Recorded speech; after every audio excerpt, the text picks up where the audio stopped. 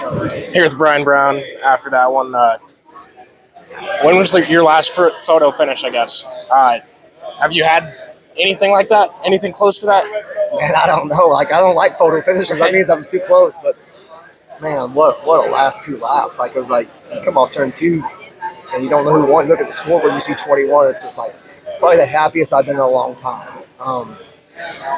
Happy that I won, obviously because it's a 360 Nationals. But then I get to victory lane and I see my grandpa crying. He's happy for me, and see my wife and all my family and all my sponsors. It's just like that's what it's about, man. Like, this is an event, and those people, they're gonna go home Monday or tomorrow or next week and talk about how cool all my sponsors that don't, like Bell Helmets, K1, Schoenfeld, all my partners are gonna go home that don't normally get to see me race and say, "Oh, I almost got to be in victory lane with Brian." Right? So it's just what a race, man. Like what an absolute race. Aaron probably had the fastest car, but sometimes in racing, when you go to the bank on Monday, they don't care who had the fastest car. They want to know who took the checkered flag first. And we were lucky enough to take the Casey's FEP car to victory lane.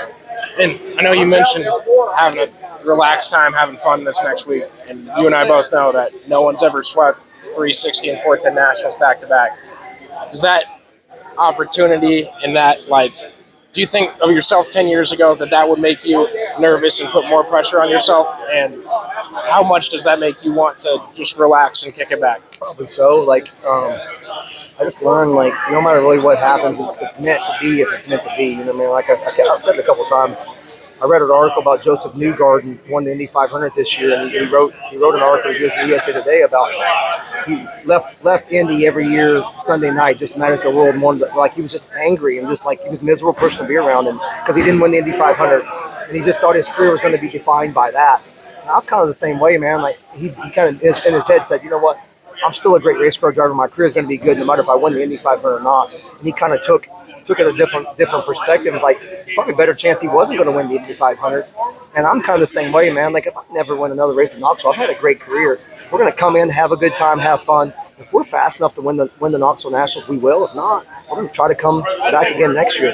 There's so much that has to happen between now and then. Thursday night, draw, heat race, feature, all that stuff.